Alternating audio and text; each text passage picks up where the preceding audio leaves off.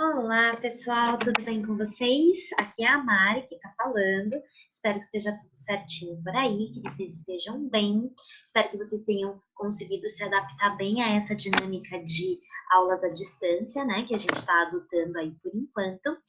Percebi que a gente fez algumas coisas legais a semana passada, vocês responderam ao formulário, assistiram ao vídeo, acho que estamos caminhando, né? Hoje a gente vai dar mais alguns passinhos aí nessa nossa revisão e vamos resgatar as nossas últimas conversas sobre o Machado de Assis, certo? Então, hoje a gente vai repensar algumas coisinhas que falamos a respeito do Machado e vocês devem se lembrar que nós começamos a discutir a obra Memórias Póstumas de Brás Cubas, que é fundamental para a literatura brasileira, porque ela vai marcar o início, né, do realismo aqui no Brasil. Bom, a primeira coisa importante que eu tenho para falar para vocês sobre o Machado de Assis é o fato de que ele é um escritor negro. Reparem, por favor, nessa imagem.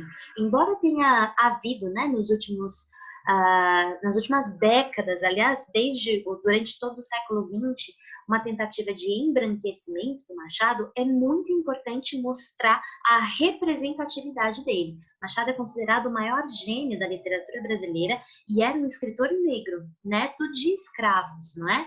Então é muito significativo que a gente tenha esse olhar.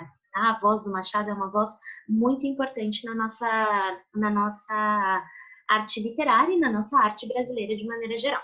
Bom, coisa importante a gente precisa lembrar aqui. Quando a gente fala de realismo, Machado de Assis é o primeiro nome que vem à nossa cabeça, que na literatura brasileira ele é, de fato, o escritor mais importante do realismo. E como ele vai fazer isso? Vocês se lembram que o realismo é um movimento que vai fazer uma análise da sociedade burguesa, não é? Lembra que a gente comentou que a diferença entre o realismo e o naturalismo, que são dois movimentos que surgem para romper com o romantismo, é o fato de que o realismo direciona a crítica para a burguesia e o naturalismo direciona a crítica para as mazelas sociais vividas pelas classes pobres. Então, quando Machado de Assis escreve obras realistas, ele vai escrever focando na sociedade burguesa do século XIX. É uma crítica que ele vai fazer ali, ok? E ele vai fazer isso de uma maneira muito ácida, muito irônica, tá? A ironia vai ser o elemento mais importante da literatura machadiana. Tanto que ele faz isso de uma maneira tão ácida, tão própria, que a gente vai ter o termo ironia machadiana para classificar esse estilo.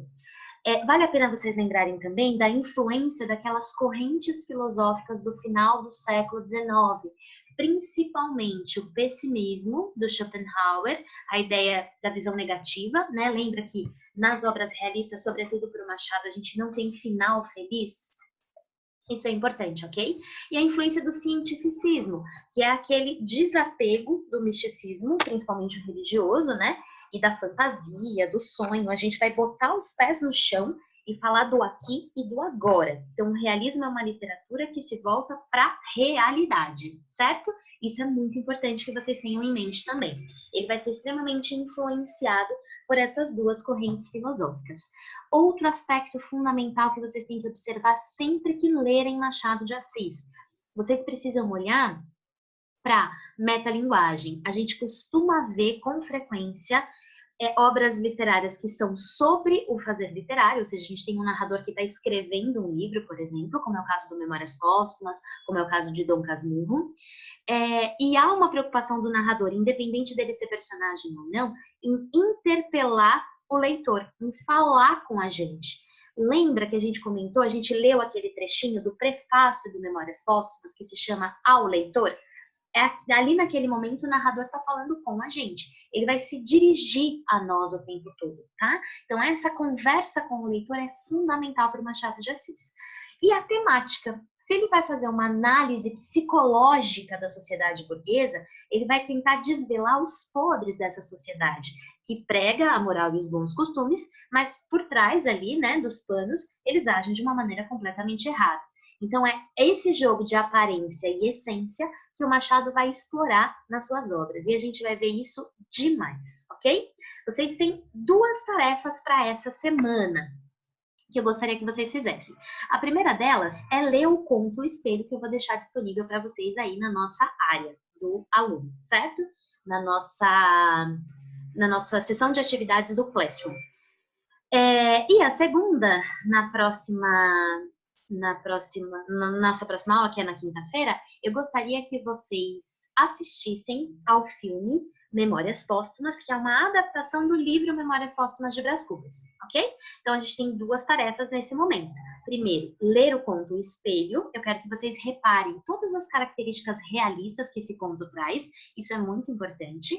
E depois, vocês vão assistir ao filme Memórias Póstumas e vão responder para mim a um roteiro de leitura, né, desta obra, tá certo? Se vocês quiserem ler o livro, vai ser maravilhoso, já que vocês estão com bastante tempo, eu imagino, né? Vocês estão em casa, conseguindo ter um pouco mais de tempo para se organizar. Se vocês conseguirem ler o livro, seria perfeito. Mas eu quero mesmo que vocês assistam ao filme, tá bem? Então, essas são as nossas atividades para essa semana. Espero que vocês fiquem bem. Se precisarem de qualquer coisa, é só me escrever, tá certo?